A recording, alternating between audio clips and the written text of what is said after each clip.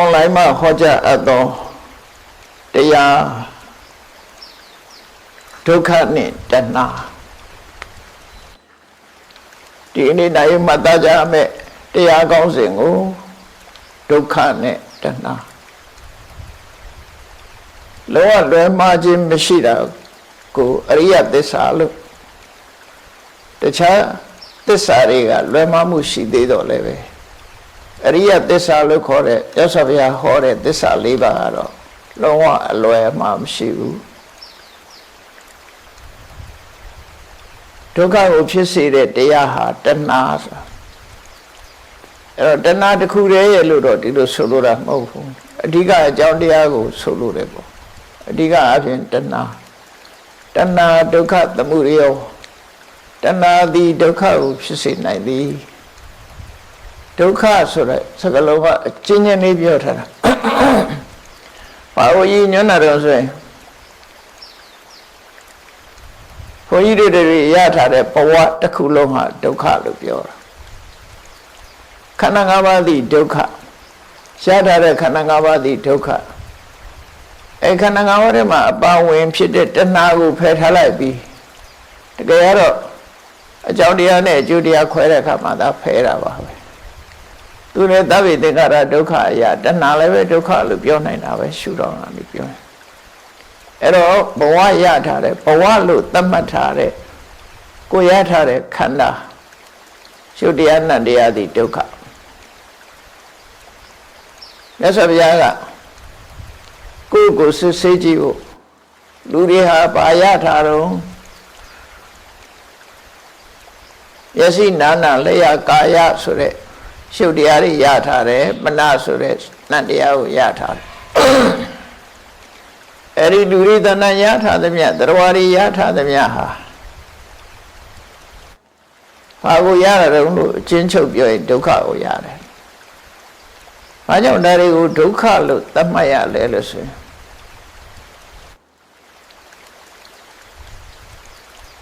ဆက်ဆုပ်เสียကောင်းပြီးတော့ကိုထင်တဲ့အတိုင်းတစ်ခုမှမဖြစ်လို့ဒုက္ခလို့ခေါ်တာဒုဆိုတာ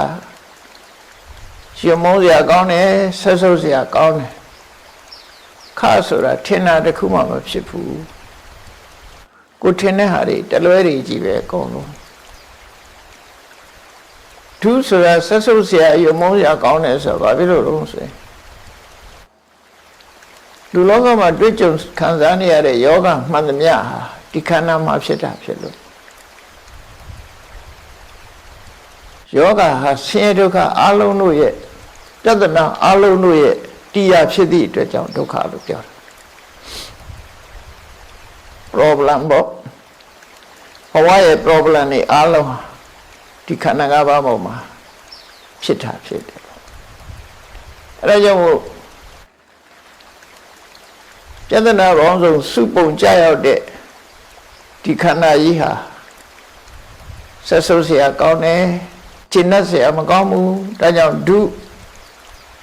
ကိုယ်မြဲမယ်ထင်မိမယ်လို့မမြဲဘူးချမ်းသာမယ်ထင်ပြီးတော့လည်းမချမ်းသာဘူးကိုယ်ပိုင်တယ်ကိုလိုလို့ရတယ်လို့ထင်ပြီးတော့လည်းလုပ်လို့မရဘူးကိုထင်တာတွေနဲ့တလွဲတွေကြီးပဲဖြစ်တယ်ဒါကြောင့်ခဒုက္ခဒီစကားလုံးနှလုံးကိုပေါင်းပြီးတော့သစ္စာလေးပါးမှာဒုက္ခလို့ဟောထားတာဒီထဲမှာလူတွေယူဆတဲ့ချမ်းသာဆိုတာလည်းဒီထဲမှာပဲပါတယ်ဒုက္ခတွေကမလွတ်ဘူးအဲ့တော့အချင်းချုပ်ပြောလိုက်မယ်ဆိုရင်ဒုက္ခနဲ့တဏှာဆိုတာဘဝရထားတာဒုက္ခကိုရထားတာအဲ့ဒီဘဝဆိုတာကိုဘာကြောင့်ရတယ်လဲဘယ်သူကဘဝကိုထုတ်လုပ်တာတော့ဆိုရင်တဏှာလို့ဆိုရဲလူချင်းနဲ့တွေ့တာမှုကနေထုတ်လုပ်တာလို့အချောင်းရှာလိုက်တဲ့အခါတဏှာကြောင့်ရနေတာလို့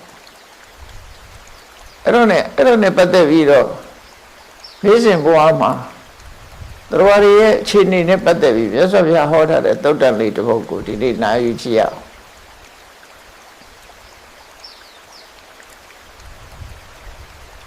ဒုက္ခနဲ့တဏှာလို့ဆိုတဲ့နေရာမှာကဲလူတွေရဲ့ဘဝကိုကြည့်လိုက်ဘဝမှာလူတိုင်းဟာ လူချင်းစရာအာယုန်နဲ့တွေ့ရင်လူချင်းတယ်ရရင်ဝမ်းသာတယ်ပီတိဖြစ်တယ်မရရင်ဒေါသဖြစ်တယ်စိတ်တော့ကဖြစ်တယ်ဒါပုံမှန်ပဲရလာလို့ရှိရင်ပူလို့ချင်းလာတယ်မရဘူးဆိုရင်စိတ်ပြက်တယ်ဝမ်းနေတယ်ဒေါသဖြစ်တယ်သို့မဟုတ်ရပြီးမှဆုံးရှုံးသွားရင်လည်းဒေါသဖြစ်တယ်ဒါမလွယ်မသွေဒီတိုင်းပဲဖြစ်နေအဲ့ဒါနဲ့ပတ်သက်ပြီးရသော်ပြဟောထားတာဖြစ်တယ်လူတိုင်းဟာဘဝရလာလို့ရှိရင်ဆုံးရှုံးမှုဆိုတာကြုံတွေ့ရတယ်အဲ့ဆုံးရှုံးမှုတွေဟာကိုလိုချင်လို့သိမ့်ပိုက်ထားတဲ့အရာတွေဖြစ်တယ်နောက်ဆုံးမှာဘာမှမဆုံးရှုံးပါဘူးဘဝမှာကိုယ်ပစ္စည်းတစ်ခါမှဆုံးရှုံးမခံရဘူးဆိုရင်နောက်ဆုံးကိုယ်ခန္ဓာကြီးကဆုံးရှုံးသွားတာပဲလေအသက်တည်ရတယ်ဆိုတာဆုံးရှုံးသွားတာပဲအဲ့ဒီဆုံးရှုံးမှုမရှိတဲ့ဘဝဆိုတာမရှိဘူးနောက်ဆုံးတစ်ချိန်ကျတော့ဆုံးရှုံးသွားတာယာရုရရင်လည်းယာရုကိုစွန့်လိုက်ရတာပဲပစ္စည်းဥစ္စာရလည်းပစ္စည်းဥစ္စာကိုထားခဲ့ရတာပဲအခြေအနေကောင်းတွေကြုံနေတဲ့အခါလည်းအခြေအနေကောင်းတွေထားခဲ့ရတာပဲကျမ်းမာနေတဲ့အနေထားလေးကိုလည်းပဲမကျမ်းမာတဲ့အခါစွန့်ခဲ့ရပြန်တာဘယ်ဟာပဲဖြစ်ဖြစ်ကိုဟာထာဝရပိုင်ဆိုင်နေတာအဲ့လိုတခုမှမရှိဘဝဆိုတာကိုတမာအပြင်ကြည့်လိုက်ရင်တခြားပြဿနာတွေမရှိအောင်လူတိုင်းမှာရနေတဲ့ပြဿနာတွေကဘာတွေတုံးဆိုလို့ရှိရင်တဖြည်းဖြည်းအသက်အရွယ်ကြီးပြီးအိုမင်းလာတာပြဿနာယောဂရတာပြဿနာနောက်ဆုံးမှသေဆုံးရတာပြဿနာဆရာမရဏပြဿနာလို့ရှုမြင်ရမှာဖြစ်တယ်သို့သောတချို့ကဒါလူသဘာဝပဲလူဆိုတာအိုချိန်တန်းအိုမဲ့သေချိန်တန်းသာသေမဲ့ဒါပြဿနာမဟုတ်ဘူးလို့တချို့တွေးကောင်းတွေးလိမ့်မယ်ပြဿနာမဟုတ်ဘူးဆိုရင်ပြဿနာလို့မမြင်တဲ့ပုဂ္ဂိုလ်ပြဿနာမဟုတ်ဘူးလို့ဆိုတဲ့ပုဂ္ဂိုလ်ဟာဘယ်တော့မှအိုခြင်းသေခြင်းကလွတ်တာဆိုတာကို तू ဖြေရှင်းနိုင်မှာမဟုတ်တော့ဘာလို့ဆိုတော့ तू ကဒါကိုပြဿနာလို့မှမထင်တာပြဿနာလို့မထင်ဘူးဆိုတာလက်ခံထားတာပဲတကယ်တော့လေ तू အိုတာကိုကြိုက်သလားဆိုမကြိုက်ပါဘူးသေတာကိုကြိုက်သလားဆိုလည်းမကြိုက်ပါဘူးစိတ်ဖောက်ပြန်တဲ့လူအချို့မှတော့သေခြင်းတရားဆိုတော့ तू မှမကြိုက်ပါဘူးအားလုံးဟာအသက်ရှင်ခြင်းကြတာကြီးပါရတဲ့ဘဝမှာအရှင်ပြေအသက်ရှင်နေခြင်းကြတာပဲအဲ့တော့ကိုမဖြစ်ချင်တာကိုမကြိုက်တာတွေဖြစ်နေရတာဒါ problem ပဲပြဿနာတစ်ခုပဲအဲ့ဒီပြဿနာကြီးကမလွတ်ကင်းတဲ့ဘဝကိုရစေတတ်တာတဏှာပဲလို့အဲ့တော့ဒီသုတ်တန်လေးကိုမြတ်စွာဘုရားဟောတဲ့အခါမှာဒီသုတ်တန်ရဲ့အမည်ကိုကာမသုတ်တန်လို့ခေါ်တယ်။ဘုမာစကားမှာကာမလို့ပြောလိုက်လို့ရှိရင်တွင်ကျဲနေတဲ့စကားလုံးတစ်ခုဖြစ်သည့်အတွက်ကြောင့်ကာမဆိုလို့ရှိရင်အစွန်းရောက်တဲ့အတွေးမျိုးသွားတွေးခြင်းတွေးလိမ့်မယ်။ဒီနေရာမှာကာမဆိုတာလူချင်းစရာပစ္စည်းဝတ္ထုတွေကိုလည်းကာမလို့ခေါ်တယ်။လူချင်းတဲ့တဏှာကိုလည်းကာမလို့ခေါ်တယ်။အဲ့ဒီနှစ်ခုကိုတွဲဖက်ပြီးနားလည်ထားဖို့လူချင်းစရာဆိုတာဘာကိုပြောတာတော့မျက်စိကမြင်ရပြီးတော့မြင်ရတဲ့အဆင်းဟာကိုကြိုက်တဲ့ကိုနှစ်သက်တဲ့အဆင်းရှိတယ်မနှစ်သက်တဲ့အဆင်းရှိတယ်မျက်စိကမြင်ပြီးတော့လူချင်းစရာအဆင်းအာယုဒါကကြားတဲ့အတန်နဲ့ကိုကြိုက်တဲ့အတန်ရှိတယ်မကြိုက်တဲ့အတန်ရှိတယ်ကြိုက်တဲ့အတန်ဒီလူချင်းစရာကာမပဲနှာခေါင်းကနမ်းရှူရတဲ့အနတ်လျှာကရတာခံရတဲ့အရတာခန္ဓာကိုယ်ထိတွေ့ရတဲ့အထိတွေ့အဲ့ဒါတွေအလုံးကိုကာမလို့ခေါ်တယ်လူချင်းစရာပစ္စည်းဝတ္ထုများလူချင်းစရာအရာဝတ္ထုများကိုကာမအဲ့ဒီလူချင်းစရာဝတ္ထုတွေကိုလူချင်းနေတဲ့တဏှာကိုလည်းကာမလို့ခေါ်တယ်အဲ့ဒီနှမျိုးလေးကိုဒီစာပေအသုံးလေးကိုခွဲပြီးတော့မှတ်ဖို့လိုတယ်ပေါ့နော်လူချင်းစရာဆိုတာခြုံပြောလိုက်တော့6မျိုး5မျိုးတည်းပဲပြောတာ မျက်စိကမြင်လို့လိုချင်စရာနားကကြားတဲ့အတန်နဲ့ကလိုချင်စရာအဲ့ဒါတွေကချုပ်ပြီးတော့ပြောထားတာလောကအနေထားနဲ့ပြောမယ်ဆိုလို့ရှိရင်မဆုံးနိုင်ဘူးဘာလိုချင်တာတော့ဆိုရင်လိုချင်တဲ့ပစ္စည်းကဆုံးမဆုံးနိုင်တာစူပါမားကတ်သွားကြည့်လိုက်လိုချင်တာတွေအများကြီးတွေ့မှာတော့အိမ်မရှိတဲ့လူကလည်းအိမ်ရှိခြင်းနဲ့လိုချင်တဲ့အိမ်ရှိပြီးတော့စိတ်ထဲမှာမကျေနပ်သေးရင်လည်းဒီတဲ့ကောင်းတဲ့အိမ်လိုချင်တယ်လိုချင်မှုဆိုတာအဲ့ဒါတွေကိုအလုံးကိုခြုံလိုက်တာလူချင်းစရာအာယုန်တွေလူတွေရှားနေတဲ့အာယုန်တွေလောကကြီးမှာစီးပွားရေးတွေလုပ်ပြီးရှားနေကြတယ်ဘာတွေရှားနေတာတော့ဆိုရင်ခြုံပြောရင်ဒီငါပြည့်ဝရှားတာမျက်စိကမြင်ရတဲ့အဆင်းနားကကြားရတဲ့အသံနှာခေါင်းကနမ်းရှူရတဲ့အနံ့လျှာကလဲရတဲ့အရသာခန္ဓာကိုယ်ထိတိရတဲ့အထိတွေ့ဒီငါမျိုးပဲရှားနေကြတာပစ္စည်းနဲ့ပြောလိုက်မယ်ဆိုရင်တော့မဆုံးနိုင်တော့ဘူးအများကြီးဖြစ်တယ်ဒီထဲမှာရွှေငွေပန္နာယရဏအသုံးဆောင်ပစ္စည်းမှန်တယ်ဒီထဲမှာဝင်သွားတယ်ဒါကြောင့်မို့ကာမဆိုတာလူတွေရှာဖွေပြီးလူချင်းနေတဲ့အရာကိုပစ္စည်းဝတ္ထုကိုဝတ္ထုကာမလို့ခေါ်ပြီးတော့အဲ့ဒီလူချင်းစရာတွေကိုလူချင်းနေတာကြတော့ကိလေသာတဏှာလို့ခေါ်တာအဲ့ဒါကိုလည်းကာမလို့ခေါ်တယ်အဲ့တော့ဝတ္ထုကာမကိလေသာကာမလို့နှမျိုးခွဲတယ်ပေါ့နော်ဟိုမှာလို့ရှင်းရှင်းပြောမှဆိုရင်လူချင်းစရာလည်းပဲကာမလူချင်းတာကလည်းကာမလူချင်းစရာကိုလူချင်းတာလူတွေမှာအဲ့ဒါလူချင်းတဲ့စိတ်အဲ့ဒါတဏှာပဲအဲ့တော့အဲ့ဒီကာမလို့ခေါ်ရတဲ့လူချင်းစရာဝတ္ထုနဲ့လူချင်းနေတဲ့တဏှာဒီနှစ်ခုလုံးဟာဘာကိုထုတ်လုပ်နေတော့ဆိုဒုက္ခကိုထုတ်လုပ်အဲ့ဒီမှာအဓိကကတော့လူချင်းစရာဆိုတော့လောကကြီးမှာသူကသူရှိနေမှာပဲတချို့အရေးကြတော့လိုအပ်ချက်အနေနဲ့ရှိရမှာပဲဆိုတော့လူဖြေလျော့ရမှာလျှော့ရမှာဖယ်ရှားရမှာတော့လူချင်းတဲ့တဏှာကိုသာလည်းဖယ်ရှားမှာဖြစ်တယ်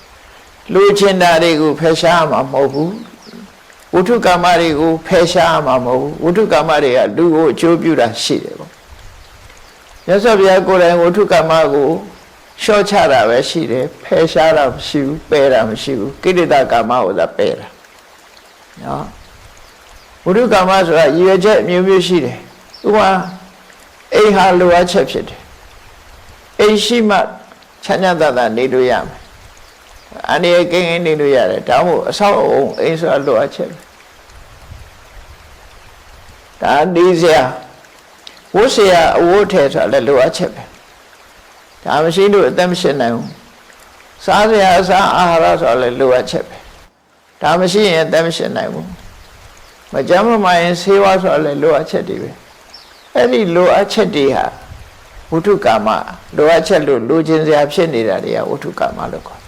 အဲ့ဒီဝတ္ထုကာမတွေကိုဖယ်ရှားခိုင်းတာလားလို့ဆိုတော့မဟုတ်ဘူးသို့တော့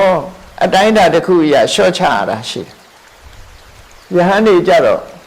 ရှော့ချခိုင်းလိုက်တယ်ပေါ့နော်ရှော့ချခိုင်းထားတယ်ဝတ္ထုကာမတွေကလည်းပဲတတ်နိုင်သမျှ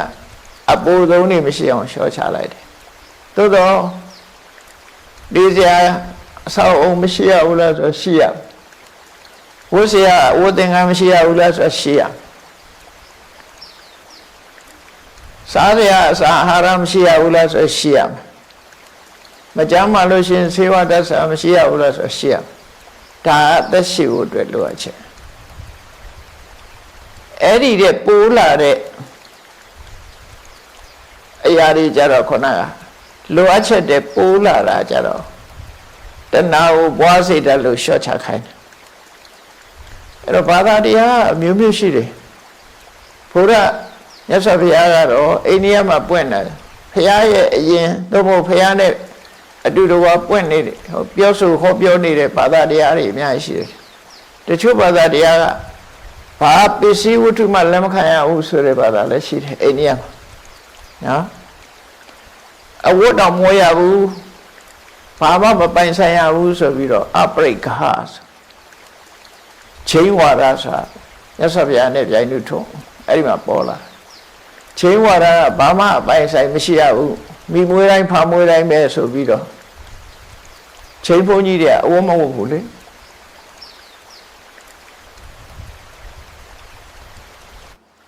စားကြခွက်မရှိဘူးသူတို့မှာအပရိခါလို့ခေါ်တယ်ဘာမှပိုင်နာမရှိတော့ဘူးသူတို့အလုံးဟာကိုလုံးဒီဖြစ်သွားအဲ့ဒါသူတို့ရဲ့ကျင့်စဉ်တကူအဲ့တော့မြတ်စွာဘုရားကတော့ပိုင်ဆိုင်မှုကရှိတဲ့တော့ရှိရမယ်မရှိလို့ရှိရင်လူလောကထဲမှာအမြင်မတင့်ဘူးဒါကြောင့်မို့ပိုင်ဆိုင်မှုကအတိုင်းအတာတစ်ခုရရှိရမယ်လူဆိုတာနေစရာရှိရမယ်နော်ဝတ်စရာရှိရမယ်စားစရာရှိရမယ်ဒီလိုအပ်ချက်ကတော့ဒီတဏှာလောဘကိုတချို့ကိစ္စတွေကဖြစ်စေတတ်တာမဟုတ်ဘူးလိုအပ်ချက်အရာရှိနေတာအဲ့ဒါတွေရှိတဲ့ရှိလိုက်တယ်မရှိတဲ့နာကတော့အဲ့ဒီပစ္စည်းဝတ္ထုတွေပေါ်မှာတွေ့တာတဲ့တဏှာကိလေသာတာမရှိတဲ့နာဘုရားဘာသာကြတော့မြတ်စွာဘုရားကြတော့အဲ့လိုရှင်းလင်းဟောကြားရှင်းလင်းဟောကြားတချို့ဘာသာတွေကြချိုးချံတယ်ဆိုပြီးတော့အကုန်လုံးအဝတ်တောင်မဟုတ်ဘူးဝလစ်စစ်နေလိုက်ကြတယ်ပိုင်ဆိုင်မှုတွေအလုံးစုံပြစ်တယ်မြတ်စွာဘုရားကြတော့အဲ့လိုမဟုတ်ဘူးအဲ့ဒါကွဲပြားခြားနားမှုတွေပဲဟုတ်ပြီလိုအပ်တဲ့ပို့ပြီးတော့မရှိရအောင်လိုအပ်တဲ့ပို့လာလို့ရှိရင်လူချင်းစိတ်တွေကိုတိုးပွားစေတတ်တယ်အဲ့ဒီလူချင်းနဲ့တဏှာသည်လူကိုဒုက္ခပေးတာပစ္စည်းဝတ္ထုတွေကဒုက္ခပေးတာမဟုတ်ဘူးဆိုပါစို့အိမ်ကဒုက္ခပေးတာမဟုတ်ဘူးအဝတ်အစားဒုက္ခပေးတာမဟုတ်ဘူးစားစရာအစားအစာတွေကဒုက္ခပေးတာမဟုတ်ဘူး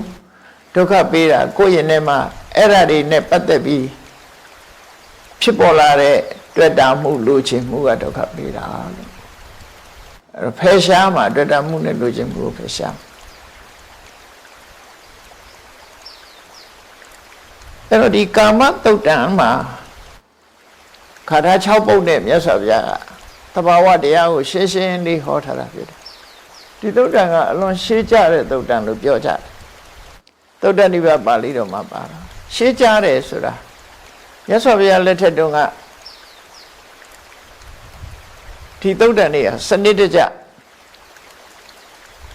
စုစည်းပြီးသားဖြစ်တယ်အဝန်ဒီတိုင်းကကြွလာတဲ့ယဟန်တော်တစ်ပါးဟာမြတ်စွာဘုရားရဲ့ခွင့်ပြုချက်နဲ့ဖရာသရင်သုံးတဲ့ကဏ္ဍဂုရီကျောင်းထဲမှာည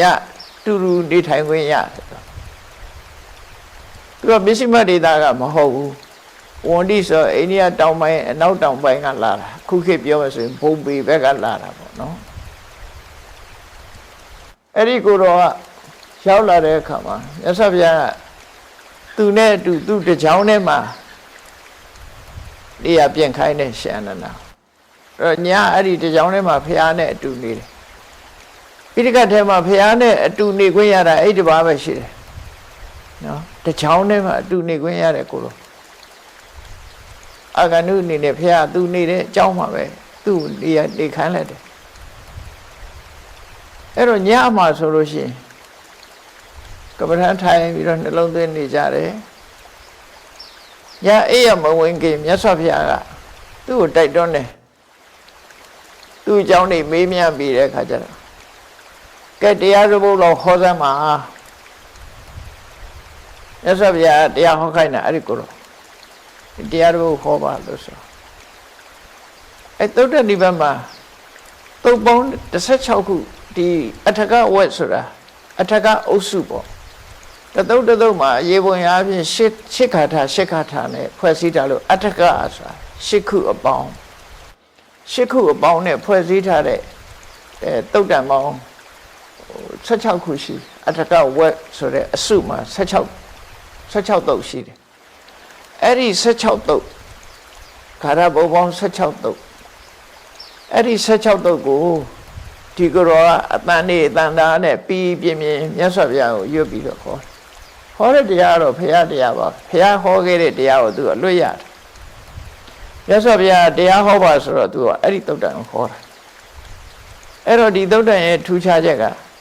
ဘုရားကိုယ်တိုင်ဟောခဲ့ပြီးဘုရားကိုယ်တိုင်ပြန်နာတဲ့သုတ်တံလို့ပြောလို့ရတယ်ပေါ့နော်အလုံး16သုတ်ပေါင်း16သုတ်ဒါကပထမဆုံးသုတ်အဲ့မှာပထမဆုံးသုတ် အဲ့တော့ဘုရားလက်ထက်ကလေးကဒီသုတ်တံကိုအရာချက်ပြီးတော့ရွတ်ဆိုနေကြတယ်ရွတ်ဆိုနေကြတယ်ဒီသုတ်တံကဘာကြောင့်ဖြစ်ပေါ်လာလဲလို့ဆိုလို့ရှိရင်တောင်ဥထိမြို့မှာပြမနာလေသမားကြီးတယောက်ရှိတယ်လေလို့စားတဲ့ပုံနာပေါ့နော်ယူသားတယ်စေရွန်ကျောင်းနဲ့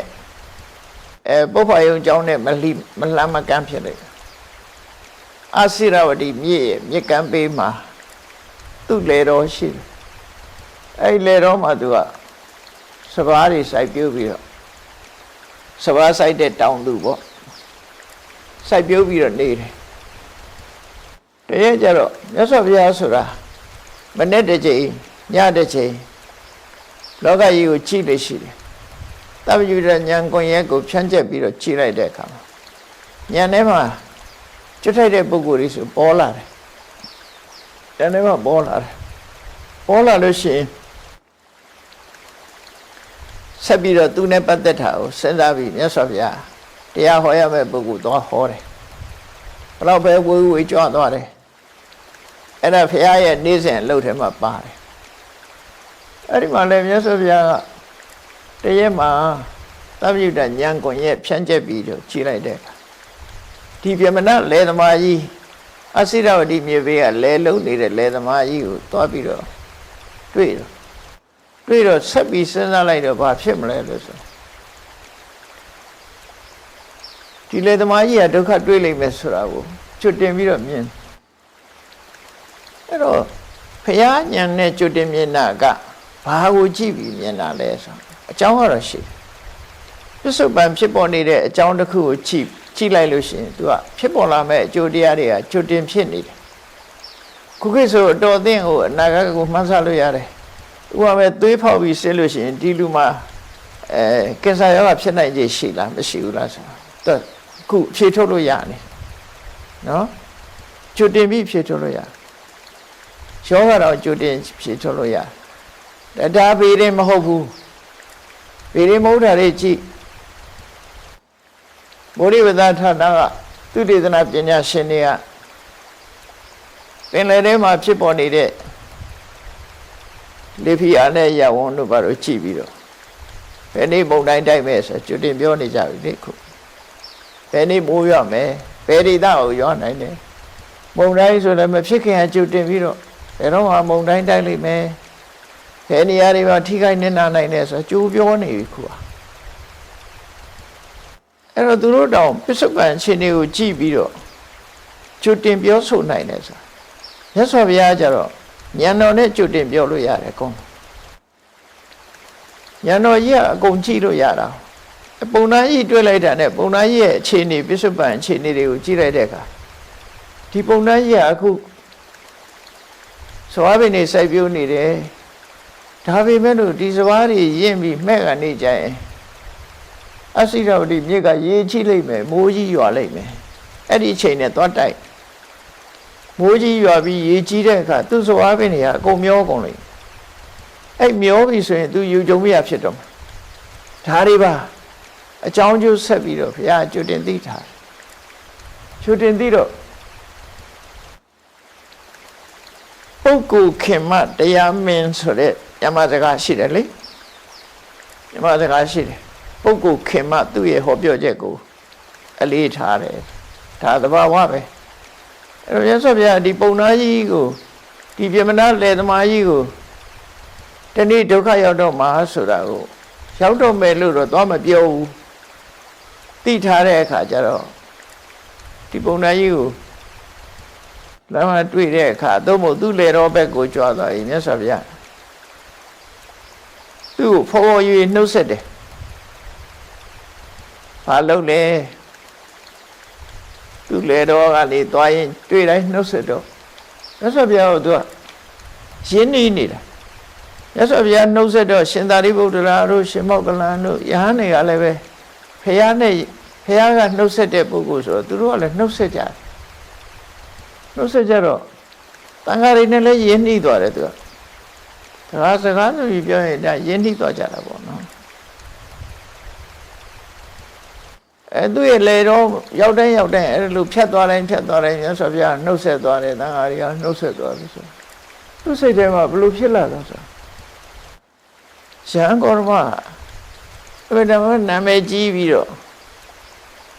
သူ့ဘဝတုန်းကလည်းဘုရင်သားတော်သို့တော့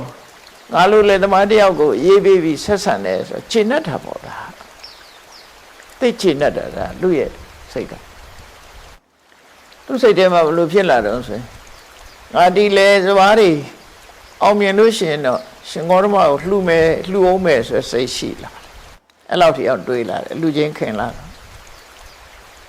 အဲ့ဒီလိုနဲ့နောက်ဆုံးဒီဇွားကင်းကြီးကမဲ့ပြီးတော့ရှေးရတော့မယ်နောက်တည်းဆိုရေးရတော့မယ်ဆိုတဲ့အချိန်လေးမှာအဲ့ဒီနေ့ညမှာမိုးကြီးရွာချလိုက်တာအစိရပတိမြေကြီးရေရှမ်းတယ်မိုးကြီးတွေကတိုက်စားတယ်အစိရပတိမြေဆိုတာတောင်ကျမြစ်ပဲဗမာလိုခေါ်ရင်တော့မူးမြစ်လို့ပြောမှာမူးမြစ်ဆိုတာတောင်ကျရေတွေကနေလာတဲ့အရှိန်ပြင်းတဲ့ရေစီးတန်တဲ့မြေမျိုးပဲတခါတခါမှရေပြည့်တယ်တခါတခါမှပြည့်ဘူးအစိရဝတိဆိုအဲ့ဒီအိဗေအစိရဝတိရေအကြာကြီးမရှိဘူးတဲ့မိုးရပြီဆိုရင်ရှည်တွေများလာတဲ့မူးမြစ်သဘောမျိုးအဲကြောင့်ပတာစာရီမိသားသူ့သားလေးတွေမျောသွားတာအဲ့ဒီမြစ်ပဲတောင်ချမြစ်ဆိုတော့လေဗမာပြည်မှာလဲမကွေးပဲသွားတဲ့လမ်းမှာဒေါင်းသေးချောင်းဆိုတာရှိတယ်အဲ့ဒီပေါ်ပွားတောင်ဘက်ကတောင်ကြီးတွေညှို့နေလို့ရှိရင်ဖြတ်မကူးနဲ့တဲ့ဒေါင်းတောင်မလွတ်ဘူးလို့ဆိုပြီးတော့ပြောကြတယ်မိုးရတော့မယ်ဆိုရင်အဲ့ဒီဖြတ်ကူဖို့မကြိုးစားနဲ့မျောသွားမယ်ဒေါင်းသေးချောင်းဆိုတာအဲ့ဒါမျိုးလို့ပေါ့တောင်ကြားချောင်းဝုန်းကနေဆိုရေတွေရောက်လာနိုင်တယ်အစိရဝတိမြေကအဲ့လိုမြေထဲမှာရေတွေကြီးလာမိုးတွေကလည်းရွာတယ်ဆိုတော့ရေရရှမ်းလာပြီးမြေကမ်းမှာရှိတဲ့သူ့ရဲ့လက်ခင်းဟာရှေးခန္ဒီစဘာပင်တွေအကုန်လုံးပါသွားမြစ်ထဲရှေးတိုက်စားပြီးအကုန်လုံးပါသွားညမိုးကြီးရွာတယ်မနဲ့လက်ခင်းများဘာဖြစ်မလို့သွားကြည့်တော့တပင်မှမရှိတော့ကဲဘလောက်ဒုက္ခရောက်လိုက်မလဲစဉ်းစားကြည့်မျောလင်းချက်ကအချီးကြီးထားတာသူကစဘာတွေရမယ်စဘာတွေရရင်ဘာတွေလုံးမယ်ဆိုမျောလင်းချက်တွေနဲ့အဲ့စဘာကင်းကြီးကတပင်မှမကြံအောင်ရေကြီးပဲကြံတော့တဲ့နေထားပြဖြစ်သွားတဲ့အခါသူယူကျုံမရဖြစ်တာယူကျုံမရဖြစ်ပြီးတော့အိမ်မှာတငုံတရီနဲ့ဖြစ်နေတဲ့အချိန်မြတ်စွာဘုရားကဆွမ်းခံရင်သူ့အိမ်ကိုကြွသွားတယ်လူဆိုတာဒုက္ခရောက်နေတဲ့အချိန်မှာအာဘိစကားပြောရင်စိတ်သက်သာတယ်လေတော့ဘုရားကြွလာတဲ့လူဆိုတဲ့အခါကျတော့သူ့ကိုနှစ်သိမ့်စကားပြောဖို့အာဘိစကားပြောဖို့ကြွလာတာပဲဆိုပြီးအားရှိသွား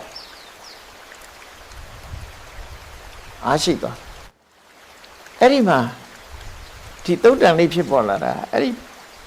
ပြမနာလေသမားကြီးအခုလိုဒုက္ခရောက်တာကိုမြတ်စွာဘုရားကသူ့ကိုစိတ်ခွန်အားတွေပေးဖို့ရအတွက်သဘာဝတရားနဲ့ဆက်ပြီးတော့ဟောတဲ့တရားပဲဖြစ်တယ်ပေါ့နော်အဲ့တော့ဂရိခေတ်မှာဆိုလို့ရှိရင်တော့ဒီလိုပျက်စီးဆုံးရှုံးမှုတွေနဲ့ကြုံတဲ့ပုဂ္ဂိုလ်တွေဟာဒီတုတ်တန်ကိုနှလုံးသွင်းလိုက်လို့ရှိရင်အလားတူစိတ်ရဲ့ဖြစ်ရတခုတော့ဖြစ်မှာပေါ့နော်စိတ်အားတွေပြန်ရနိုင်တာပေါ့ဒါကြောင့်မို့လို့မြတ်စွာဘုရားဟောတဲ့တရားဆိုတာကိုယ့်ရဲ့စိတ်ခွန်အားတွေကိုပြန်ပြီးတော့တက်စိတ်ခွန်အားတက်တယ်ဆိုတာမူရစေဝါသုံးပြီးတော့စိတ်ခွန်အားလောက်တာမဟုတ်ဘူးအမှန်တရားကိုသိပြီးအမှန်တရားကိုဆင်ခြင်သုံးသပ်ပြီးစိတ်ခွန်အားရတယ်ဆိုတော့သူကဆေးဆွဲမှလည်းမကြောက်ရအောင်မှန်ကန်တဲ့နိလန်းနဲ့အသိဉာဏ်နဲ့ဖြေပြောက်တာဆိုတော့အဲ့ဓမ္မတန်မိုးရှိတယ်ပေါ့နော်ဓမ္မတန်မိုးရှိတယ်အဲ့ပုံနာကြီးဒုက္ခရောက်နေတဲ့အချိန်မှာမြတ်စွာဘုရားဘာပြောတော့ဆိုဘုရားပြောတဲ့စကားလေးတွေကမှတ်စရာကောင်းတယ်နဗျမနဝိပ္ပန္နေဒေါမနတံအေပစ္စည်းဥစ္စာဆိုတာပြတ်သွားရင်မင်းစိတ်ဓာတ်မကျနဲ့တောကမဖြစ်နဲ့စိတ်ရှင်းမှုမဖြစ်နဲ့ပြတ်သွားရင်စိတ်ဆွေးမှုမဖြစ်နဲ့တံပန္နေသဒေါမနတံနဂတပါ ပြည့်စုံလို့ရှိရင်လည်းပဲမင်းဝမ်းသာအားရဘဝင်မျက်နှာမျိုးမဖြစ်စေနဲ့ဘာကြောင့်လို့ဆိုလောကမှာလူချင်းတဲ့ပစ္စည်းဥစ္စာလူချင်းစရာပစ္စည်းဥစ္စာမှန်သမျှဟာပြည့်စုံတဲ့အခါပြည့်စုံတယ်ရတဲ့အခါရတယ်ဆုံးရှုံးတဲ့အခါဆုံးရှုံးမယ်ဒီနှစ်ခုကမလွဲမသွေကြုံတွေ့ရမယ်ရမယ်ရပြီးရင်ပစ္စည်းနိုင်တယ်တော့ပစ္စည်းဥစ္စာဆိုတာပစ္စည်းလည်းပစ္စည်းနိုင်တယ်ရလည်းရနိုင်တယ်လူကျင်တာရရင်လူတွေကပြောကြတယ်လူကျင်တာမရဘူးသို့မဟုတ်ဆုံးရှုံးသွားတယ်ဆိုရင်စိတ်ဓာတ်ကျကြတယ်အဲ့ဒါမျိုးမဖြစ်သင့်ဘူးတဲ့ပစ္စည်းရဲ့သဘာဝကိုရခြင်းတဲ့အခါရတယ်မရခြင်းတဲ့အခါမရဘူးရှိတဲ့အခါရှိမယ်မရှိတဲ့အခါမရှိဘူးလုံးလို့ဖြစ်တဲ့အခါဖြစ်တယ်လုံးလို့မဖြစ်တဲ့အခါမဖြစ်ဘူးဒါသဘာဝတရားဖြစ်စဉ်းကျင်စဉ်းစားရမယ်လို့ဒီစကားလေးကစပြီးစိတ်ခွန်အားပေးပြီးတော့ဒီသုတ်တံကိုဟောတာပဲဖြစ်တယ်နော်အဲ့တော့ဒီသုတ်တံလေးကအဓိပ္ပာယ်ကတော့ရှင်းရှင်းလေးပါမြတ်စွာဘုရားဟောတာအဲ့ဒါလေးကိုဘုရားဟောတဲ့ပါဠိလေးနဲ့တော့လို့တကယ်ရှင်းလင်းတဲ့အဓိပ္ပာယ်လေးနဲ့မှတ်သားဖို့နံပါတ်1ကထာမြတ်စွာဘုရားဟောတာကကာမံကာမယမာနတတတ္တစေတံသမိစ္ဆတိ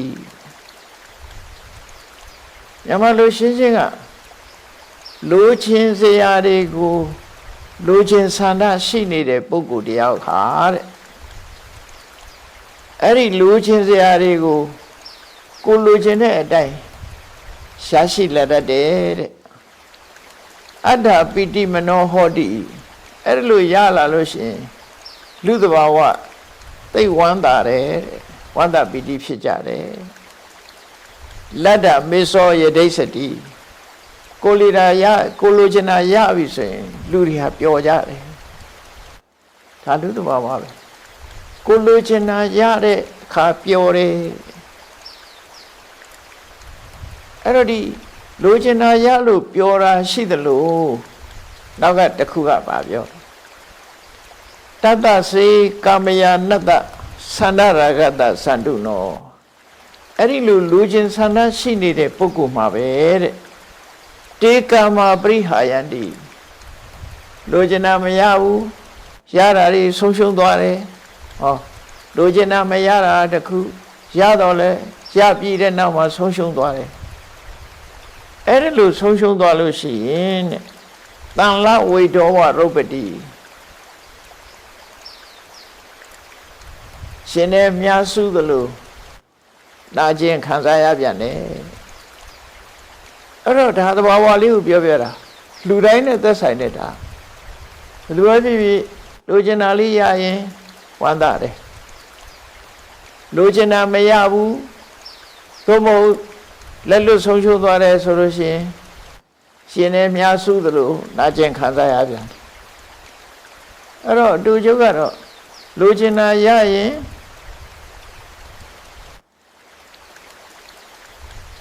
ရလိုချင်တာရလို့ရှိရင်သောမနတဝမ်းသာတယ်လိုချင်တာရရင်ချမ်းသာတယ်လိုချင်တာမရဘူးဆိုရင်တောကဖြစ်တယ်လူရဲ့သဘာဝလိုချင်တာရရင်လောဘလိုချင်တာမရရင်ဒေါသဆုံးရှုံးသွားရင်တောက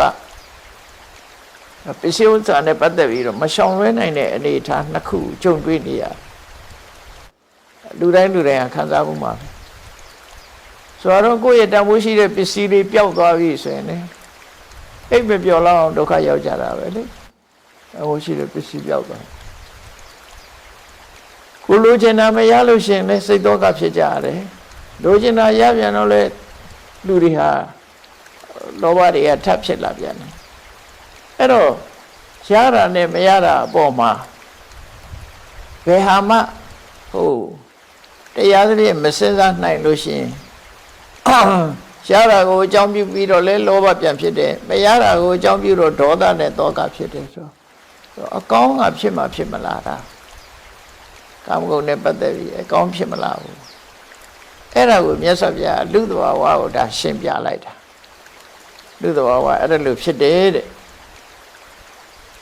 ပုံနာကြီးဖြစ်နေတာနဲ့တူတူပဲသူက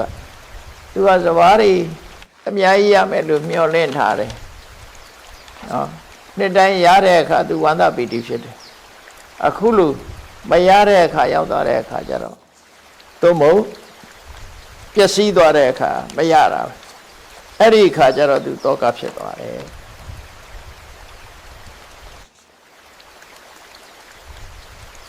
မြတ်စွာဘုရားကဆက်ဟောတယ်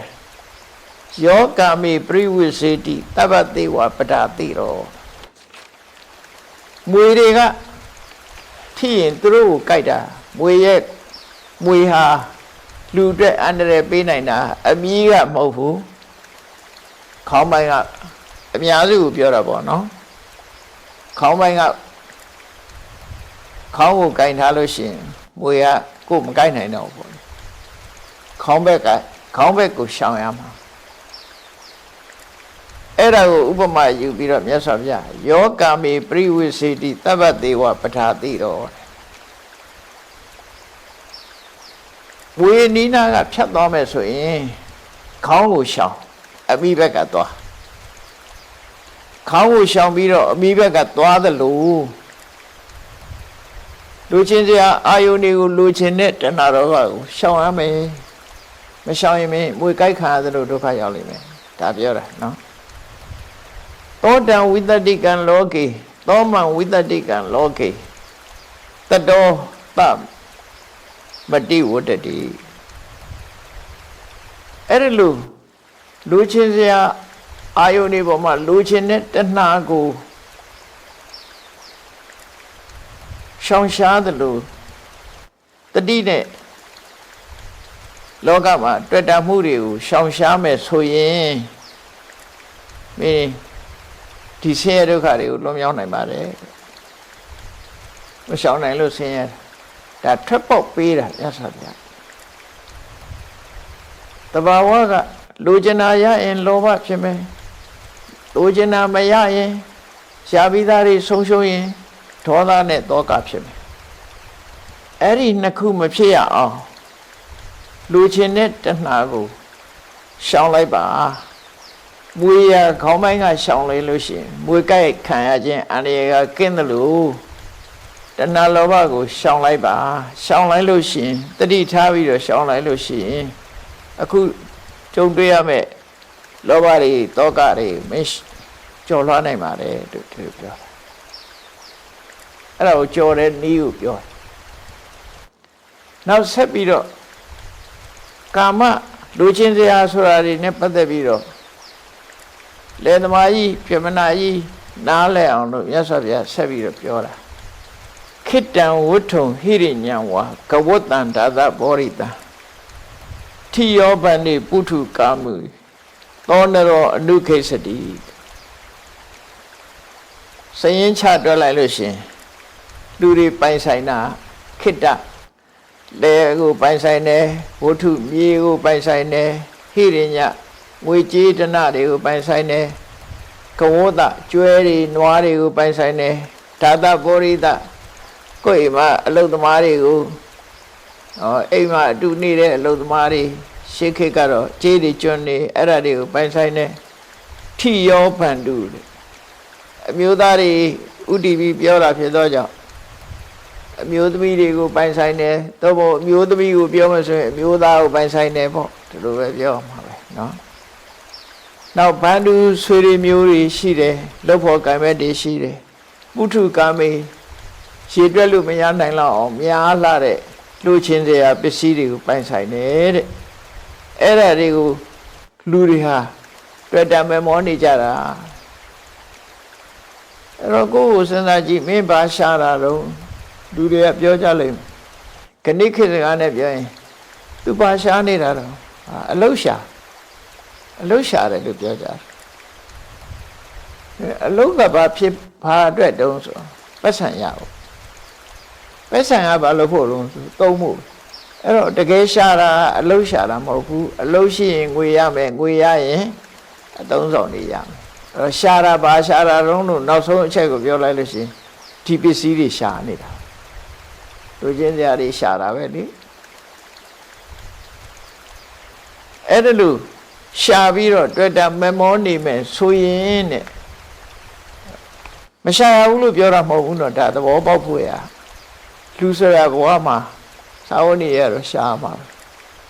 အဲ့ဒါဒီပေါ်မှာအနုခိစ္စတိမမောထားတယ်မမောမောကြီးဖြစ်နေတယ်ဆိုရင်အပလနံပလီယန္တိတဲ့အဲ့ဒီမမောမှုတွေကကိုယ်လွှမ်းမိုးလိုက်မယ်တွေ့တာမှုတွေမမောမှုတွေလောဘတွေကကိုယ်ပြန်နှိမ့်ဆက်လိုက်မယ်သူကကိုယ်ကိုနိုင်ကျင့်လိုက်မယ်ဟုတ်တယ်ပေါ့လောဘပစ္စည်းချမ်းသာလိုက်ချမ်းသာမှုကကိုယ်ကိုနိုင်ကျင့်တာပဲလေလူတွေကမသိလို့လားနော်ချမ်းသာရင်ချမ်းသာတဲ့ပစ္စည်းရက်လို့မှမရတာပစ္စည်းကချမ်းသာလို့ရှိရင်ပို့ချမ်းသာအောင်လုပ်တယ်ဒီလေကဘာမှာတထေးဆိုတဲ့လူတွေဟာစားလို့ရုံနဲ့ရက်တာမှမဟုတ်တာသူတို့ရက်လို့မရအောင်အဲ့ဒါဘယ်သူကနေကိုယ်နိုင်ကျင့်တာတော့ဆိုလူချင်းတဲ့ဟာကိုယ်နိုင်ကျင့်လားရလေလိုလေဥဒစေဆိုပမာဒကဟာအဲ့ဒါပြောတာရလေလိုလေပဲကိုယ်နိုင်ကျင့်ခံလာရပြီတဲ့မတ္တန်တေနံပရိသေအဲ့ဒါလို့လောဘကအနိုင်ကျင့်ခံရလို့ရှိရင်အန္တရာယ်တွေလည်းကြုံလာလိမ့်မယ်ဟုတ်တယ်အန္တရာယ်လည်းရင်ဆိုင်ရတယ်လေအနိုင်ကျင့်လာတဲ့အခါကျတော့ဒီနိုင်ငံနဲ့မကတော့ဟိုနိုင်ငံတိမ်မြန်နဲ့သွားမယ်သင်္ဘောနဲ့သွားမယ်ပစ္စည်းတွေသင်္ဘောနဲ့တင်မယ်တိမ်မြန်နဲ့သယ်မယ်ဆိုအန္တရာယ်မျိုးစုံကြုံပြီလေသင်္ဘောပြတ်တာနဲ့လည်းကြုံနိုင်တယ်တိမ်မြန်ပြတ်ကြတာလည်းကြုံနိုင်တယ်ဟိုဒီသွားတယ်ဆိုလို့ရှိရင်ကနေ့ခေတ်မှာလူအန္တရာယ်အန္တရာယ်ဖြစ်မဲ့အားတွေအများကြီးကြုံပြီပေါ့ဒါတွေမကဘူးရှင်တွေကလည်းမရရအောင်ကြိုးစားတဲ့အခါမှာမဟုတ်တဲ့နီလန်းတွေလည်းသုံးလာတယ်ပေါ့ဒုစရိုက်တွေနဲ့လည်းသုံးပြုလာတယ်ကိုချမ်းသာဖို့အတွက်အနိုင်ကျင့်လာတယ်နှိမ့်ဆက်လာတယ်ဒုစရိုက်တရားတွေကလည်းရင်းနဲ့လွှမ်းမိုးလာတယ်ပြင်မရန်တွေကလည်းကိုယ်လွှမ်းမိုးလာတယ်အတွင်းရန်ကလည်းကိုယ်လွှမ်းမိုးလာတယ်အဲ့ဒါကိုမြတ်စွာဘုရားမတ္ထတေနံပရိသေယရှမ်းသူတွေကကိုယ့်ကိုနှိပ်ကွက်လာပြီတဲ့ဒါပေမဲ့လူတွေကတော့ရန်သူလို့မသိဘူးပေါ့နော်ပစ္စည်းချမ်းသာလေးလေးကိုဖိနှိပ်လာလေးလေးတချို့ဆိုမလုံးမဖြစ်ဘူးဖြစ်လာစိတ်ပူပင်သောကတွေရောက်တရောင်းစားခွက်ပြောက်တာကတိတ်ကိစ္စမရှိဘူးအိတ်မပြောက်တော့မဖြစ်ဘူးသူခွက်မပြောက်ခွက်ပြောက်လာကိစ္စမရှိဘူးတထေးတယောက်တစ်ခုပြောက်ရင်တော့စိတ်ဆင်းရဲမှာပဲသိကြတယ်အဲ့တော့ဒီကိလေသာတွေကကိုယ်နှိမ့်ဆက်လာမယ်တဲ့အဲ့ဒီနှိမ့်ဆက်လာတဲ့အခါဘာဖြစ်တုံးတတောနံဒုက္ခမနွေတိဆင်းရဲဒုက္ခတွေဟာအရှူကိုဘဝတဲ့ဒီရောက်လာလေproblem တွေအများကြီးရောက်လာတယ်ပြဿနာတွေအများကြီးတက်လာတယ်အိမ်တွင်းရေးပြဿနာမိသားစုပြဿနာအကုန်တက်လာတာဘာနဲ့ဥပမာတူတော့ဆိုနာဝံပိဏမိဝရကံသင်္ဘောတို့လှေတို့ပေါက်ပြီဆိုရင်ရေဝင်လာလူမလည်းပဲတောကရောက်လာပြီဆိုရင်ပြဿနာတွေအများကြီးဝင်လာတယ်မပြေးလဲတာမိသားစုရန်ဖြစ်တာတို့မကြည်မလဲဖြစ်ကြတာတို့အကုန်လုံးပြဿနာတွေဝင်လာမယ်လှေပေါက်တဲ့လှေကိုရေတွေဝင်တယ်လို့ပဲတဲ့အဲ့ဒီပုဂ္ဂိုလ်ရဲ့တဏ္ဍာမှာဒါတွေဝင်ရောက်လာလိမ့်မယ်တဲ့အဲ့တော့မြတ်စွာဘုရားကလောကကြီးမှာဖြစ်ပျက်နိုင်တဲ့သဘာဝတရားတွေကိုဟောပြီးတော့ပရဒမှုတဏရဲ့ဒုက္ခပေးပုံတွေကိုအခုလိုအချင်းချင်းဟောပြီးတတ္တမသန္တုတရတတော်တဲ့ဒါကြောင့်မင်းဟာလူသားတယောက်အနေနဲ့အမြဲတမ်းတတိထားကြည့်ပါတဲ့စဉ်းစားပါတတိထားပါတတိထားပြီးတော့ကာမဏိပရိဝိစေလူချင်းစရာအာယုန်ဒီပေါ်မှာလူချင်းနေတဲ့တဏှာကိုမင်းထိန်းချုပ်ပါရှောင်ပါမထိန်းချုပ်ရင်မင်းဒုက္ခဖြစ်လိမ့်မယ်နော်မထိန်းချုပ်ရင်ဒုက္ခအနည်းဆုံးဖြစ်ပါပဲလူချင်းမှုကြောင့်ဒုက္ခတွေရောက်မယ်တတ္တမသန္တုတရတတောအမြဲတမ်းတတိရှိပြီးကာမဏိပရိဝိစေကိလေသာကာမတွေကို လိုချင်တဲ့အရာတွေကိုလိုချင်စရာအရာတွေပေါ်မှာလိုချင်နေတဲ့တဏှာကိုရှောင်နိုင်အောင်ကြိုးစားပါထိန်းချုပ်နိုင်အောင်ကြိုးစားပါလို့ပြောလွတ်မထားနဲ့သူ့ကိုထိန်းတေပဟာယတရိဩဃံအဲ့ဒါကိုထိန်းချုပ်ပြီးတော့အခက်ခဲကိုကြော်လွှားဖို့ကြိုးစားလောကမှာအခက်ခဲတွေမထိန်းချုပ်နိုင်လို့ရှိရင်အခက်ခဲတွေအများကြီးတချို့ကျတော့ဒီချမ်းသာတဲ့လူတွေဟာပြဿနာတွေမဖြေရှင်းနိုင်တော့ကိုယ့်ကိုယ်တတ်သိသွားတဲ့တတိတွေအများကြီးပဲရှိနော်ပြဿနာတွေမဖြေရှင်းနိုင်တော့ပြဿနာတွေအဲ့ပြဿနာဖြစ်လာပြီဆိုကြတဲ့ဒါဖြတ်ကျော်ရမယ့်အရာကိုခေါ်တယ်အဲ့ဒါကိုဩဃလို့ပြောတာဩဃဆိုတာဒီလှိုင်းကြီးတွေရှည်လှိုင်းကြီးတွေကိုအမှန်တရည်စည်းတဲ့နေရာကိုဟိုဘက်ကရောက်ဖို့ဖြတ်ကျော်ဖို့ဆိုတာမတမခဲနေအဲ့တော့ကာမဂုဏ်အာယုဆိုတာလည်းပဲဒါကြီးကိုဖြတ်ကျော်ဖို့ဆိုတာလွန်ခဲလို့ဩဃလို့သုံးတာမကျော်နိုင်ရင်မြုပ်ပြစ်မှာသူကမကျော်နိုင်လို့ရှိရင်စုံစုံမြုပ်သွားအောင်မျောသွားအောင်တိုက်မျောလိုက်မယ်မျောသွားမယ်မြုပ်သွားမယ်ဘဝမှာလည်းအဲ့လိုပဲမျောသွားမယ်မြုပ်သွားမယ်ဒါဒီမကျော်လွှားနိုင်လို့ရှိရင်အဲ့တော့ကာမဆိုလူကျင်တဲ့ဆန္ဒတွေကိုတဏှာတွေကိုဖယ်ရှားပြီးတော့အခက်ခဲကိုဖြတ်ကျော်နိုင်မှုကြိုးစားပါတဲ့ရှိပေါက်သွားတဲ့ရေရိုးနေတဲ့လှေကိုဖာပြီးတဲ့အခါအဲ့ဒီလေကိုသုံးချပြီးတော့တစ်ဖက်ကရောက်အောင်ကူးသလိုတဲ့မင်းရဲ့ခန္ဓာကိုယ်ကြီးကလည်းတဏှာဆိုတဲ့ဒီလူရဲ့ဘဝခန္ဓာကြီးကလည်းတဏှာဆိုတဲ့ယူပေါက်တွေကိုပိတ်ပြီးတဲ့အခါမှာဟိုဘက်ကရောက်အောင်သွားပါလို့နောက်ဆုံးမှနိဗ္ဗာန်ကိုရည်ညွှန်းပြီးတော့မြတ်စွာဘုရားတစ်ဖက်ကကိုရောက်အောင်သွားဖို့တစ်ဖက်ကဆိုတာဒီဘက်ကကခန္ဓာရှိတယ်ဟိုဘက်ကကျတော့ခန္ဓာမရှိတော့တာနော်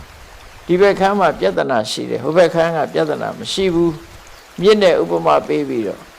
ဟိုဘက်ကဆိုတဲ့နိဗ္ဗာန်ကိုရောက်ထီအောင်သွားပါလို့ဟောဒီ6ကထာနဲ့ဒီကာမတုတ်တံကိုခေါ်လိုက်တယ်။ဘုံနာကြီးအိမ်ပြီးတော့စိတ်ဆင်းရဲနေတဲ့အိမ်သွားပြီးတော့တရားကိုရှင်းပြတဲ့အခါစူးစိုက်နာရင်ကနေပြီးပြမနာလေသမားကြီးရောလေသမားကြီးရဲ့ဇနီးရောသူတို့နှစ်ယောက်စလုံးဟာအတိတရားရသွားကြတယ်။ဘုရားဘာသာဆင်းနေပြောရင်သောတပန်ဖြစ်သွားတယ်။သောတပန်ဖြစ်သွားတယ်ဆိုတာဘဝနဲ့စပ်ပြီးအမှန်တရားနဲ့စပ်ပြီးတော့တန်တရားကင်းသွားတယ်မာရွေးနဲ့အမြင့်လေးကြော်လွှားနိုင်တယ်ပေါ့သဘာဝကိုသိမြင်သွားတယ်ဒိဋ္ဌိနဲ့ဝိသိကိစ္စကင်းတယ်လို့ခေါ်တာပေါ့မာရွေးနဲ့အမြင့်နဲ့တန်တရားကင်းစင်သွားတဲ့အနေအထားမျိုးရောက်ရှိသွားတယ်တဲ့အဲ့ဒါကာမတုတ်တံရဲ့ဒီရသော်ဗျာဟောခြင်းရဲ့အကြောင်းတရားနဲ့ဟောလိုက်သည့်အတွက်ကြောင့်ပထမဦးဆုံးတရားနာရတဲ့ဖြစ်မနာလေသမားကြီးစနီးမောင်နှံဟာသောတပန်ဖြစ်သူရောက်ရှိသွားတယ်။ဒါကြောင့်ဒီသုတ်တံကိုကြည့်လိုက်မယ်ဆိုလို့ရှိရင်လူတိုင်းဟာလူချင်းစရာတွေရှိတယ်လူချင်းစရာဆိုတဲ့ပစ္စည်းဝတ္ထုတွေရှိကြတယ်။လူချင်းစရာပစ္စည်းဝတ္ထုအရေးအတွက်အတိုင်းအဆမရှိတဲ့လူချင်းစရာဝတ္ထုတွေပေါ်မှာ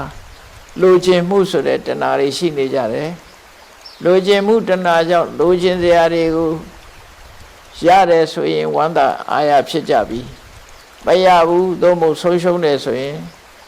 စိတ်တော့ကရောက်ကြပြန်တယ်အဲ့ဒါကြောင့်မလို့တဏှာဆိုတာကိုဖယ်ရှားဖို့ကြိုးစားရမယ်လူချင်းတဲ့စိတ်ဟာမွေးရဲ့ဥခေါင်းလိုပဲဒီအနေရရှိတယ်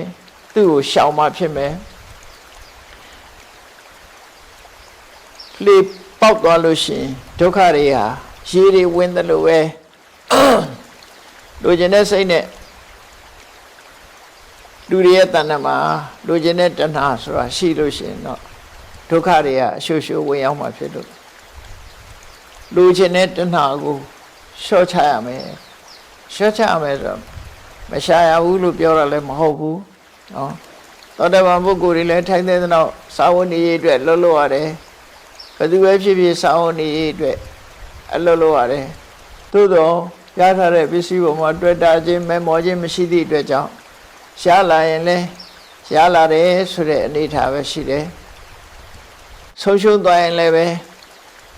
တောကမဖြစ်တော့ရော့သွားတယ်ရရင်လည်းအလွန်အကျွံကြီးဘဝင်မမြင့်မသွားဘူးဆုံးရှုံးသွားရင်လည်းစိတ်ဓာတ်မကြဘူးသူတို့ဆိုလိုတယ်ပေါ့နော်အဲ့ဒီလိုတည်ငြိမ်တဲ့အနေအထားမျိုးတစ်ခုရောက်အောင်ကြိုးစားရမှာဒီသုတ်တန်ကမရှာရဘူးလို့ဟောတာမဟုတ်ဘူးမြတ်စွာဘုရားရှော့ချဖို့နောက်ဆုံးမှဖယ်ရှားဖို့လူဘဝယတ္တိဖို့ကြတော့ကိုပစ္စည်းဥစ္စာဆိုတာရှိရမှာပေါ့ထိုက်တဲ့တော့ရှားမှာပဲရှားပြီးတော့တွေ့တာမလုပ်ဖဲနဲ့သူ့အသုံးကိုမိမိတို့အသုံးချတဲ့အနေအထားမျိုးနဲ့ရလာတဲ့ဟာကိုမမောတွေ့တာပြီးမထားပဲနဲ့စားရမယ့်ဟာစားပေးရမယ့်ဟာပေးလှူရမယ့်ဟာလှူပြီးတော့အဲ့ဒါလိုဘဝခရီးကိုဖြတ်တန်းဖို့ရသော်ဗျာဟောကြားဆုံးမခြင်းပဲဖြစ်တယ်တရားချက်ခင်သူတော်စင်ပြိဿပေါင်းတို့မြတ်ဗုဒ္ဓဤကာမတုတ်တံကိုဒုက္ခနဲ့တဏှာဒီကောင်းစဉ်နဲ့ဟောကြားတဲ့တဏှာကိုမှတ်သားနိုင်ရကြပြီးဘဝမှာကြုံတွေ့ရတဲ့ဒုက္ခတွေဟာလူကျင်မှုတဏှာကြောင့်ဖြစ်တယ်ဆိုတာကိုကိုယ်စီစဉ်းစားတွေးခေါ်ပြီးမြတ်ဖရာရဲ့အဆုံးအမလိုက်နာကျင့်သုံးနိုင်ကြပါစေကုန်သတည်း